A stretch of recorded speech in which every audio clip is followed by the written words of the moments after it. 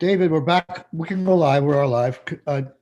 David, could you, one of the things that jumped out at me, and maybe I'm just thick on this, is I thought we made some changes to the lien section and to preserve the state's position if a mortgage came in afterwards, unless it was just a refinancing. The version that I looked at didn't, I didn't think it captured that. So I just wanted, that's one thing I definitely want, before you go, I wanted to alert you to. And then we're probably going to talk among the committee of whether we want other drafting changes potentially as a floor amendment or something we can do in finance or appropriate, well, not probably less likely in appropriations, but we'll probably do it as if we do anything, we'll probably do it as a floor amendment from the committee. So I don't know if you can pull that up.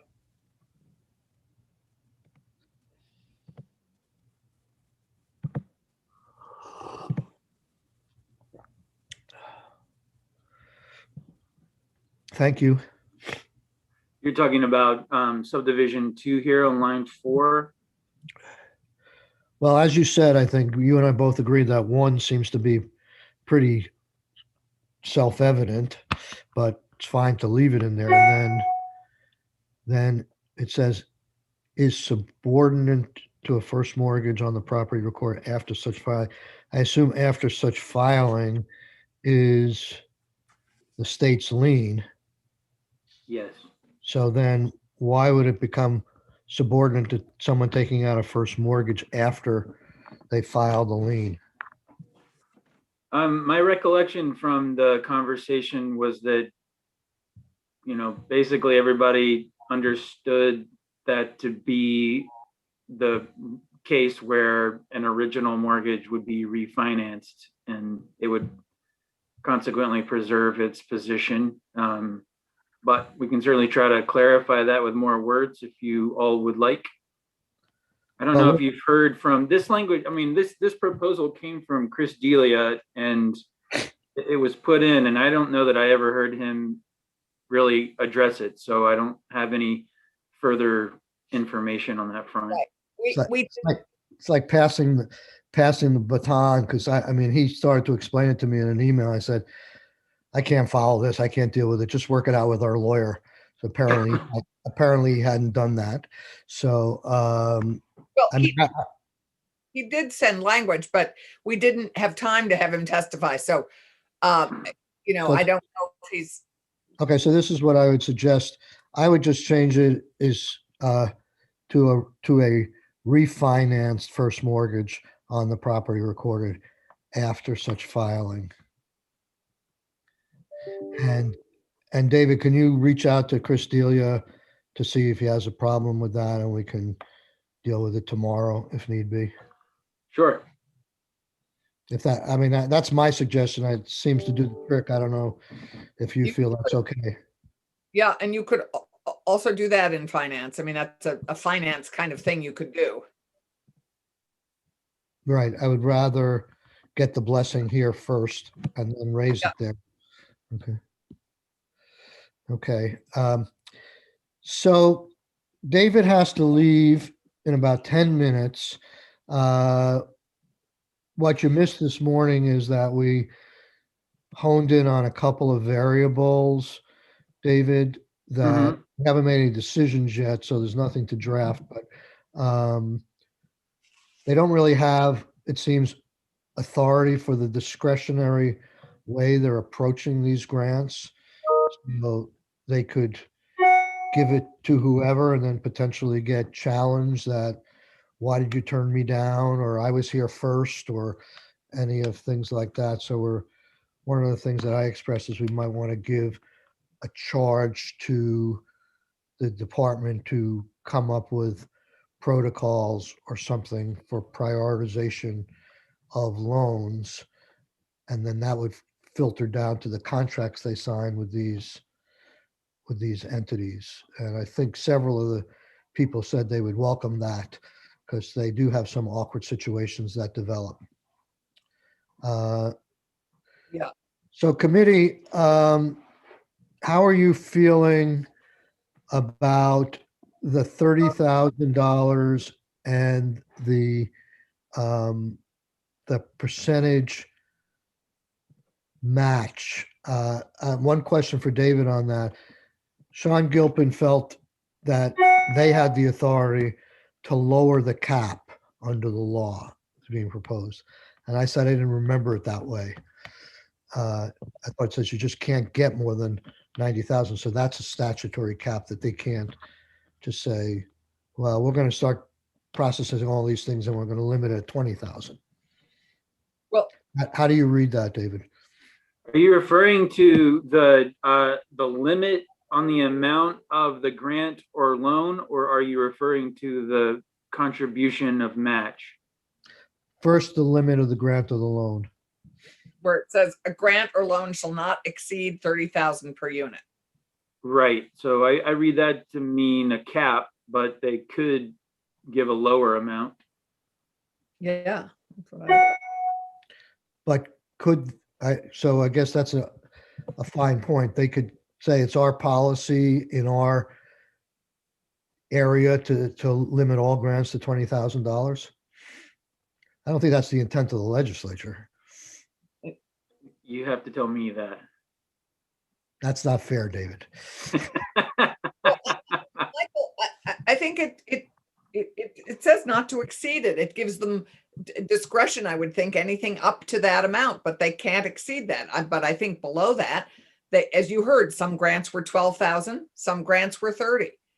I mean, I think there has been. Yeah, I mean, they can definitely make a decision, but I don't think it was the intent. No, well, this is new law, so we'd be expressing our intent. I don't think it's our intent, whatever cap we come up with, to let individual regions have different caps of how much money they're going to give out for these grants.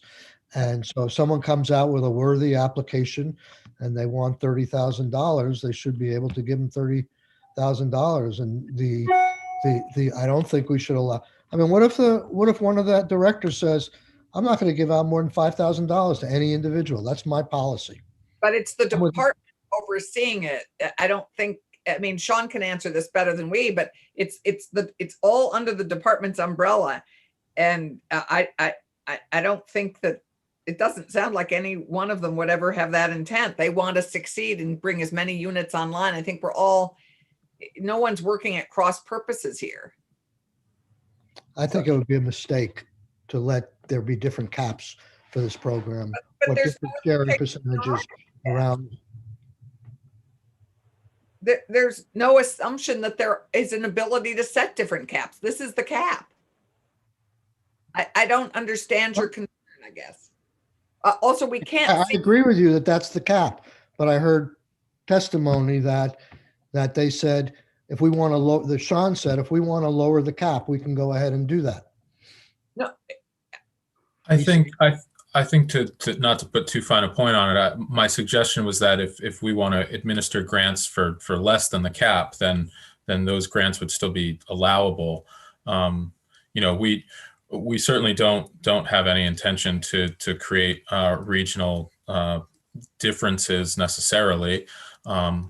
And frankly, the partnership with the homeownership centers has been enormously beneficial, but is also up to the discretion of the department. And if we had a rogue agent homeownership center that wanted to run the program differently, we'd probably try to find a more willing partner or ask another homeownership agency to extend their service area. Right. I think that statutorily these are guide rails for which we cannot cross, but the area within them that we operate, I think necessarily needs to be programmatic decision making. Michael, your video isn't on, which may be intentional, but just letting you know in case it's not. I'm not looking my best today, but it wasn't intentional. I don't think any of us are necessarily looking our best. So, I mean, I think given the testimony we heard, I think it's fine as it is. It gives you discretion and gives the home ownership centers discretion up to $30,000. And it's pretty clear that's the cap. And we heard from them that they granted a range. I think the bigger concern is, I don't, no, I disagree, I guess. I think that's intended, as you say, as a cap. It should be a cap statewide. And if an applicant came in with a worthy project of $30,000, they should go ahead and issue the $30,000 check.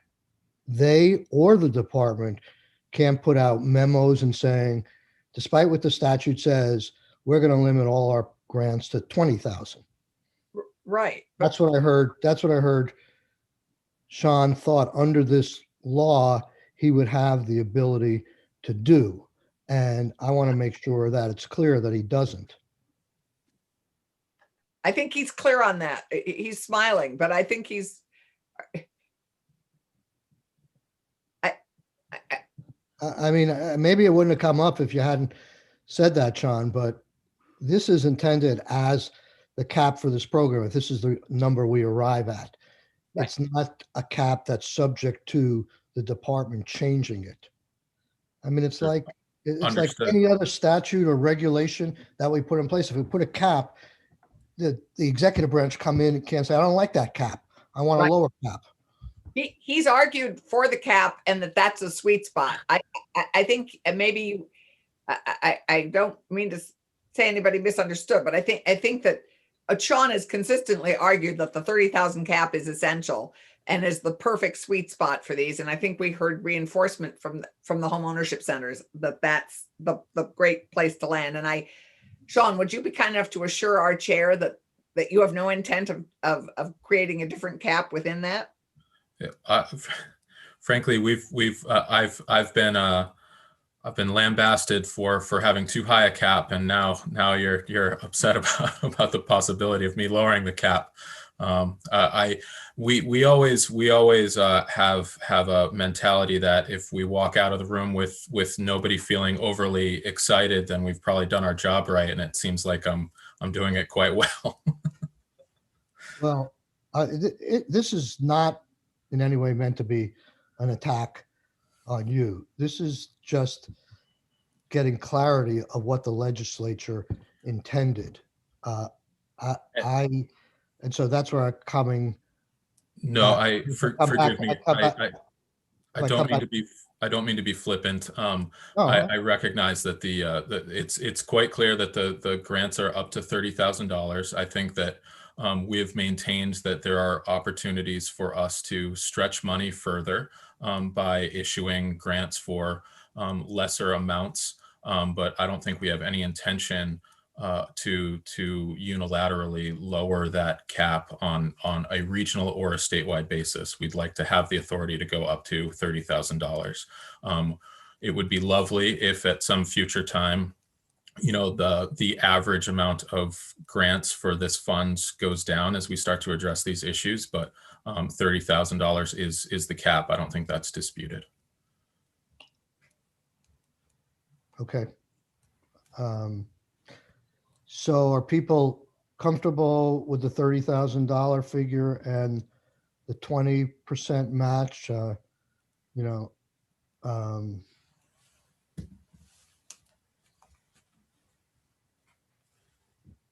Yes. I think that we've doubled the match. I think that's terrific. I mean, what I'm astonished by is that at only a 10% match, how many projects got done. At a 20% match, I think this is great. Is It gives them more skin in the game. I think this is all good. The thing I think we might like to build on, Michael, is your further protections for the home ownership centers and their exercising their discretion We'll get to that. and protecting them. I think that is worthy of a Right. modest an amendment. Yeah, okay, we'll get to that next. David, I know you have to go. Is there anything in the bill that talks about a report back after 1 year? I don't think so. recall a specific reporting requirement. Okay, I would like to see something, and to How about an include- update? to include analysis of the appropriateness of the match and grant level or caps.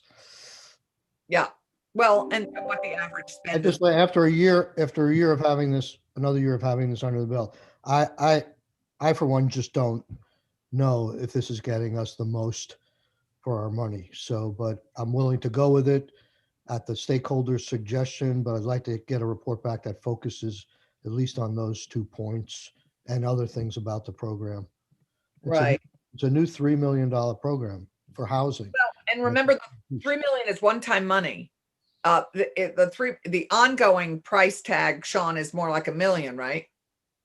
So the $3 million is one time for this rental program. The $1 million figure that's been mentioned was associated with the home ownership portion, which this committee Right. chose We not haven't taken up yet. to take on.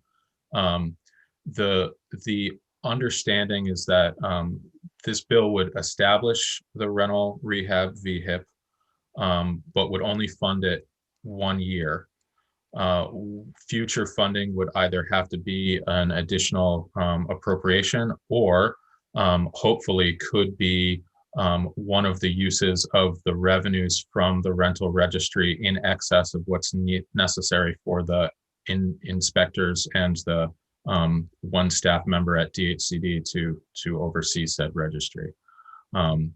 The budget that Sarah Carpenter and the Rental Housing Advisory Board put together and has been shared with JFO for a fiscal note and with this committee a few times indicates that there would be, with a pretty conservative estimate of 40% compliance in year 1 and an additional 10% of compliance for the following years, we would actually see a pretty significant revenue stream that could potentially at least partially fund a VHIP program, not at $3 million a year, but at some lower level. Okay. Well, we'll wait to get that back from the House. David, do you have to leave right now, or can you hear me for another minute or so? I think Senator Brock is teeing it up, so I have just a couple of minutes. Okay. What we're going to want is some language that directs the agency to come up with statewide protocols on prioritization of applications. And then we need to list a few factors that they would consider in that prioritization. I mean, it's going to be kind of loose and it'll be dependent upon what the agency does. We're not going to, ask them to come back for approval. But, some of the conversation we had was concern about, the landlord's, just, I don't know how to phrase it, the landlord's need, or, there was one question about a landlord who had a bad reputation who they denied. But we need something in there, not only to make the money go further and best targeted, but we also need something in there to protect these community partners that right now they're out there using their discretion. So somebody could come in 2 weeks before the first person and for whatever reason does a better sales pitch, and then the first person gets denied and then could potentially sue them or cause a fuss. And the other thing, so I would work with Sean, if you could, to come up with a few factors that should be looked at in terms of prioritization. But They did current rent, current mortgage, taxes, inspection of units. Those are the 3 consistent things I heard. And then reputation is if we could come up with a proxy criteria for reputation. But I think, yeah, okay. So Sean heard the discussion. He could look at it again. Sean, why don't you get in touch with David and give him some of your recommendations for that. And the last thing, what was the last thing? It had to do with, shoot, I forget.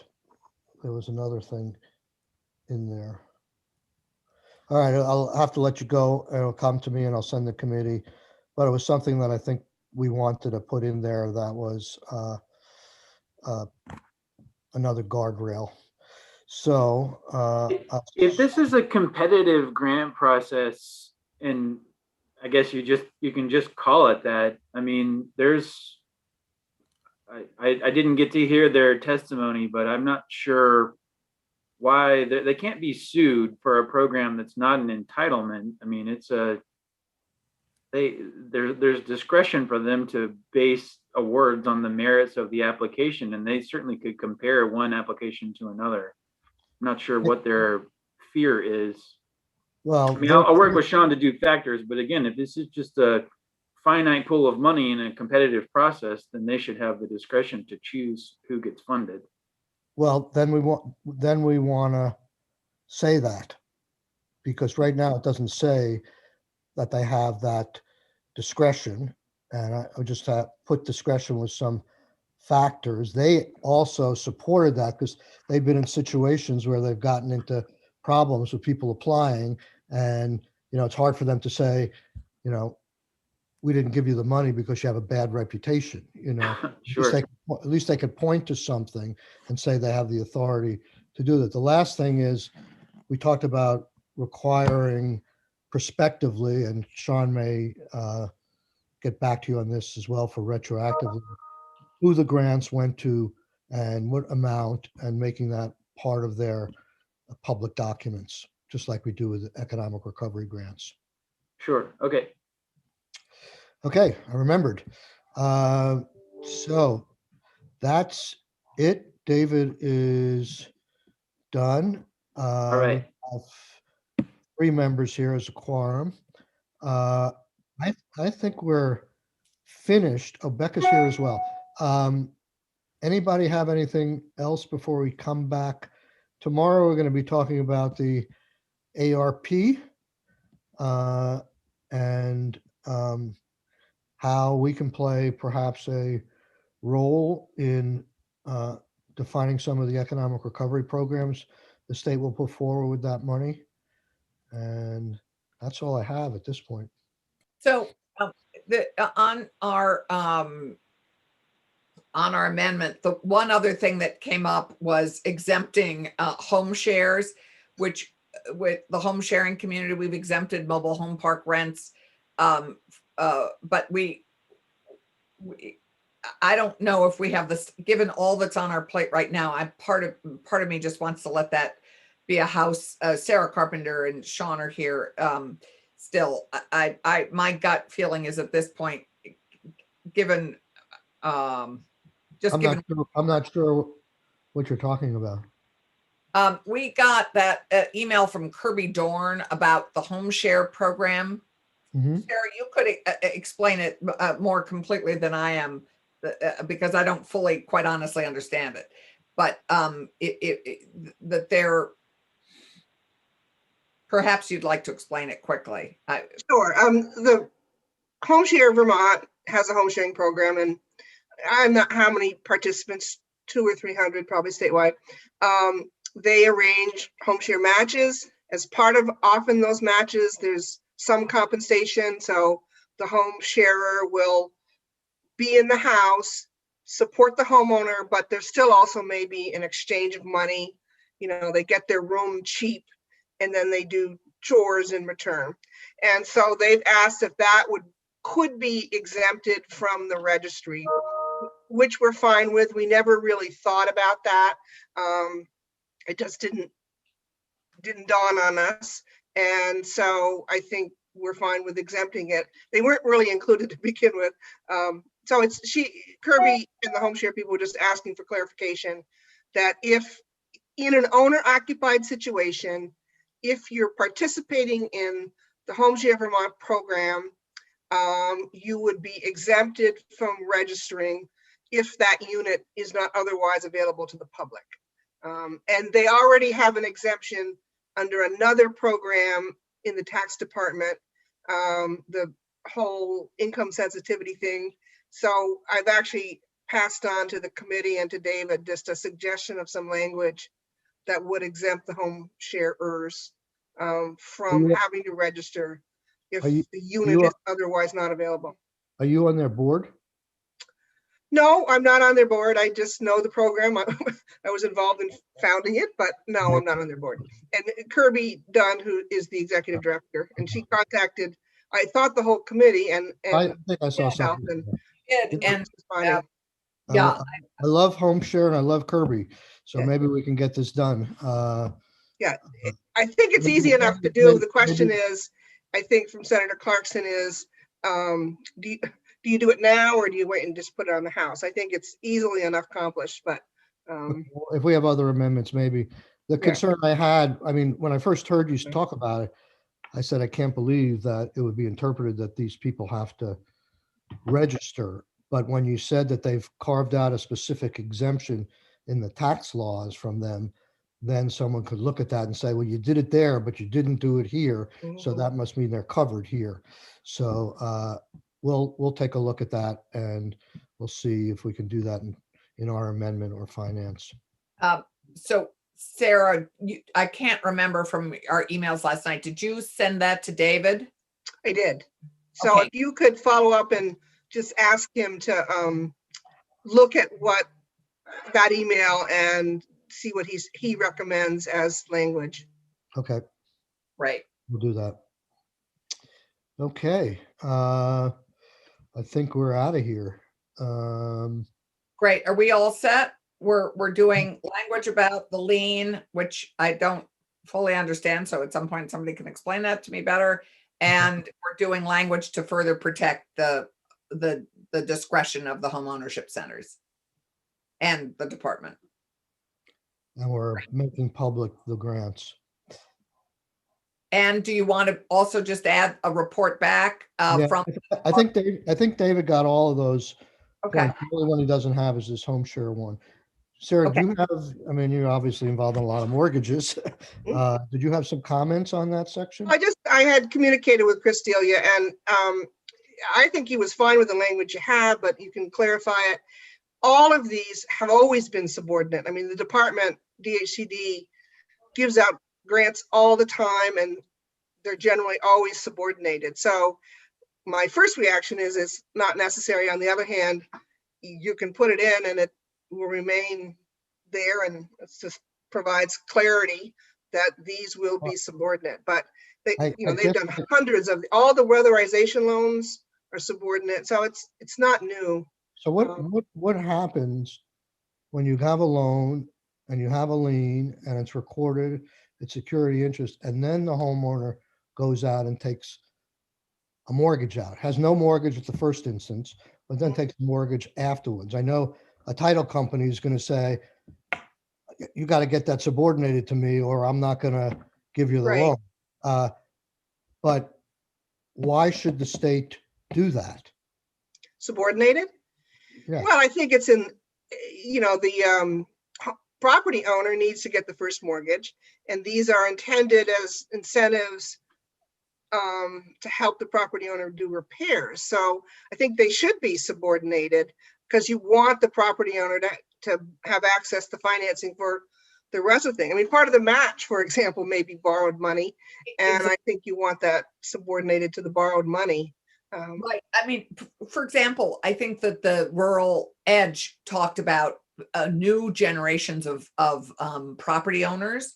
They might have inherited property. It may come completely paid for, but for them to actually finance the full cost of the repair, they're may have to take out a new mortgage to do that. We have always subordinated. I mean, you have the VHCB mortgages, the tax credit mortgages, the CDBG mortgages, and they generally sit second to your your first lien stock. And so let me just be clear. If you had a VHFA loan out there and it was paid down to $30,000 and they went to refinance another mortgage, you would voluntarily subordinate yourself to the new mortgage? no, we wouldn't be, the VHFA would not be subordinated. The mortgage from DHCD would be subordinate. So the first lien mortgage would always be superior to the grant loan from DHCD. So if it's in second position now, it stays in second position. What if it's in first position now? Well, I guess I'd have to read the documents, but usually the document itself says this will be subordinate to first lien. So if there's no mortgage and there's a grant sitting out there, and then they go and get a new first mortgage, usually the documents say this will sit in subordinate to the first mortgage. I mean, maybe Sean can research that. It's not very, doesn't happen very often when the owner has no mortgage. It could happen that they have no mortgage. So technically, if there's no mortgage, they're sort of technically in first place because there's nothing above them. But I think the documents would say if something comes above them, then this mortgage would end up being subordinate. Wow, you totally confused me. I Yeah, mean, well- it's obvious that if a first mortgage is in place, that this comes in, this is subordinate. But the whole issue I'm trying to get at is if there's no mortgage, you take out a $30,000 loan, you have a 30,000 grant, you're the only holder that has security. And then they go out and borrow another $100,000. Why would the state want to subordinate itself to that mortgage later in time? Because they presumably need the $100,000 to do the work. do further repair or, I mean, Well, yeah, I mean, so if they need that, they could sign off and subordinate it. But if they don't need that, why by law are we putting the state in second place? the purpose of the program is an incentive to get units back online. For example, let's say somebody has equity in that house and they haven't had a mortgage and now they need to take an equity loan to, I don't know, fix another property. I think we want this to be an incentive and we don't want to impede access to capital in that investment. You know, sometimes people refinance one property to go buy another property. I think all of those are valid, and we don't want to be in a position of assuming that a new first mortgage or making a judgment on a new first mortgage. If they have equity, they should be able to get it out of the house. And if they've met the purposes, which is offering it for rent to a low-income person, then they've met the terms of the grant. And I don't think we want to prohibit the access to the equity in their building. They've met their obligation. They've renovated it and they've housed a low-income person. As long as they renovate it and house a low-income person, I don't think we care. And be mindful that the subordinated mortgage basically means if you don't continue to house that low-income person, we get our money back. We call it a mortgage, but it's really a program compliance rule. You know, our goal is to make sure they house a low-income person. As long as they house a low-income person, I don't think we care what they do with the rest of the equity in that building. Okay, I'll take this off line. I mean, I have no problem with subordinating it if there's a reason to do it, but if there's, I don't know by law that the state should put itself in second place to a subsequent load in every single case. And for what it's worth, I think this, and not to put words in the mouth of Mr. Delia, but I think this was more of a concern with the home ownership aspect where we were providing down payment assistance and it would be difficult to get financing if we had a first position. I think with, I know that with the rehousing recovery program, we did in our land covenant that was established with each one of those property owners' units that was filed with the land records. We did have a lien on the property for the amount of the loan and required that they seek approval of the department in order to do a refinance. We granted one of those. Otherwise, it obviously hasn't been an issue because we're still within a year of the program. But I honestly think that this language is more targeted at the homeownership aspect than the rental rehabilitation. Which is not in the bill yet, right? Correct. Okay, I got it. All right, let's go home. Thank you, everybody. Thanks for sticking with it. Other Thank work. you. Yep. We Thank have other work to do. Okay, Yeah. bye. Sean, let me know. And Keisha, can I just chat with you in